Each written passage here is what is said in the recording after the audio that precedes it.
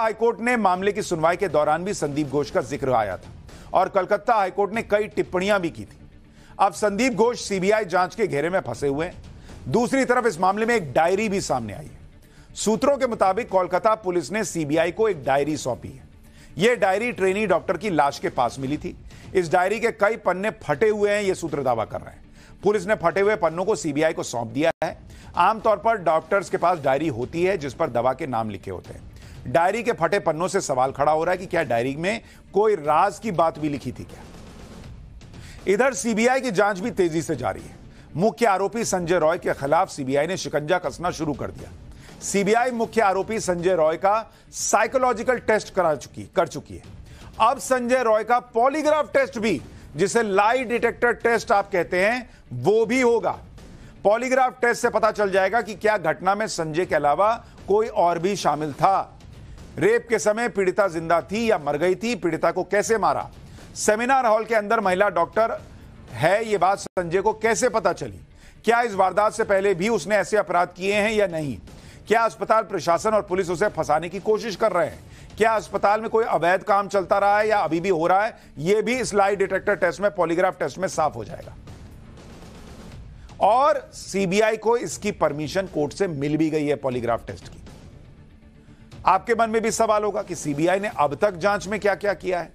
आपको वो भी डिटेल बताता हूं। सीबीआई अब तक की जांच में कोलकाता पुलिस के कुछ अधिकारियों समेत 20 से अधिक लोगों से पूछताछ कर चुकी है। सीबीआई ने घटनास्थल की 3D मैपिंग की है। सीबीआई आरजीकर कॉलेज के पूर्व प्रिंसिपल संदीप घोष से लगातार पूछताछ कर रही है। उनसे अब तक करीब 36 घंटे पूछताछ हो चुकी है। सीबीआई ने संदीप घोष की कॉल डिटेल और चैट की भी जांच की है।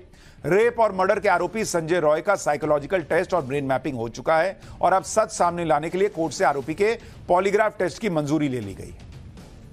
इस केस में जो आरोपी संजय रॉय पकड़ा गया था, उसका पूरा कच्चा चिट्ठा यह है कि संजय रॉय कोलकाता पुलिस के साथ सिविल वॉलंटियर के रूप में काम करता था। ट्रैफिक मैनेजमेंट और डिजास्टर मैनेजमेंट में पुलिस का सहयोग करता था। बाद में संजय रॉय को पुलिस कल्याण बोर्ड में ट्रांसफर कर दिया गया। फिर संजय रॉय आरजीकर अस्पताल में पुलिस चौकी में आ गया।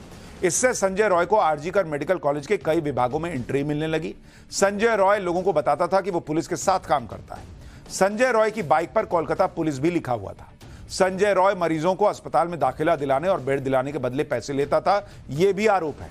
संजय रॉय के मोबाइल से सैकड़ों अश्लील वीडियो मिले हैं। संजय रॉय ने 4 बार शादी की थी, 3 बीवियां उसको छोड़ चुकी, चौथी बीवी की मौत हो गई। संजय रॉय पर अपनी मां, बहन और बीवियों के साथ मारपीट के भी आरोप लगे। संजय रॉय शराब पीता और हिंसक मानसिकता का आदमी है। जब पुलिस ने संजय रॉय को गिरफ्तार किया तब भी वो नशे में बताया गया। संजय रॉय ने डॉक्टर के रेप और मर्डर के बाद सबूत मिटाने की भी कोशिश की।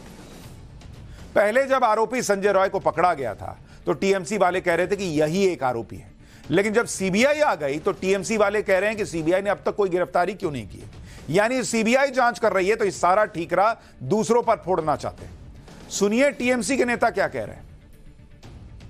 The RG Kaur case was handed to the CBI on the 14th of August. Since then, the CBI has not taken any action.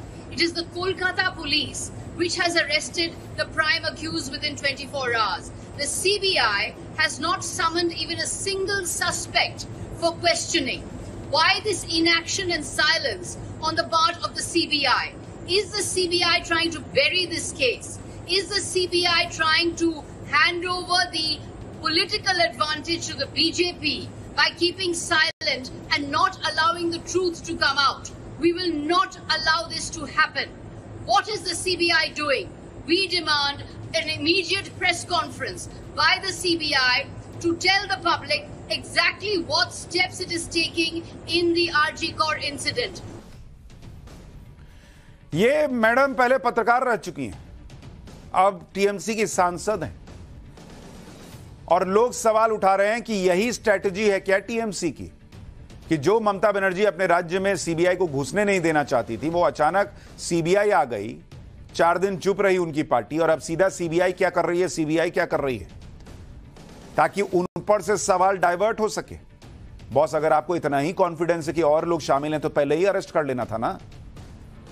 और सीबीआई जब वहां पहुंची तब तक तो कितने आरोप लग रहे हैं कि वहां पर क्राइम सीन पर वहां रेनोवेशन का काम होने लगा था उसे हॉस्पिटल के अंदर, वहां तोड़फोड़ की जो घटना हुई, बहुत देर तक क्राइम सीन कॉम्प्रोमाइज हुआ, उसको बंद नहीं किया गया। इतने चीजों के बीच सीबीआई पहुंचे और कहे कि हाँ भाई अगले दिन है ये था।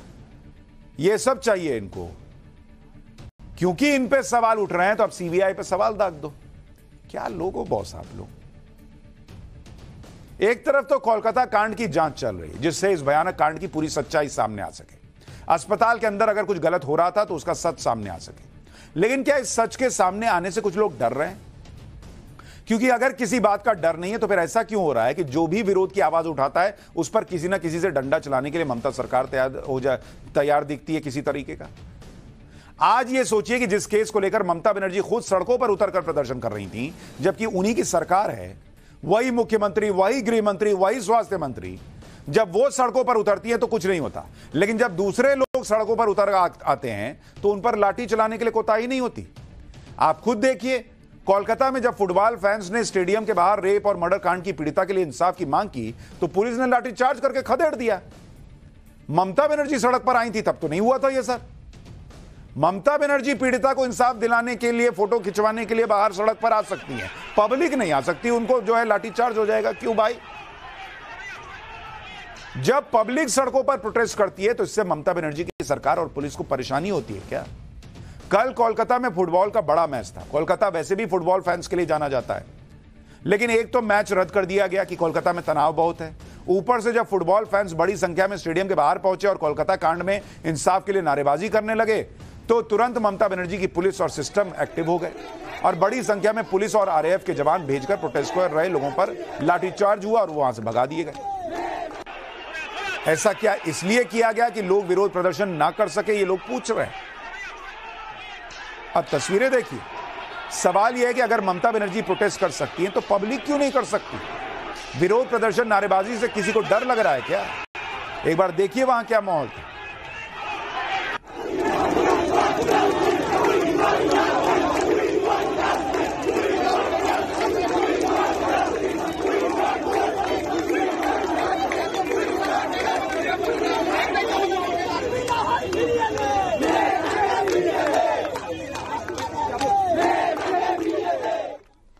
हालांकि यह अकेला मामला नहीं है जब कोलकाता कांड पर उठ रही आवाजों को दबाने का आरोप ममता बनर्जी प्रशासन पर लग रहा है। सोशल मीडिया पर ऐसे कई लोग हैं जिनको कोलकाता के मामले में बंगाल पुलिस के नोटिस आए हैं। सोशल मीडिया पर लिखने वालों पर ऐसी निगरानी रखी जा रही है जिस पर लोग कह रहे हैं कि इतना एक्टिव होते पहले तो कोलकाता केस सुलझ जाता।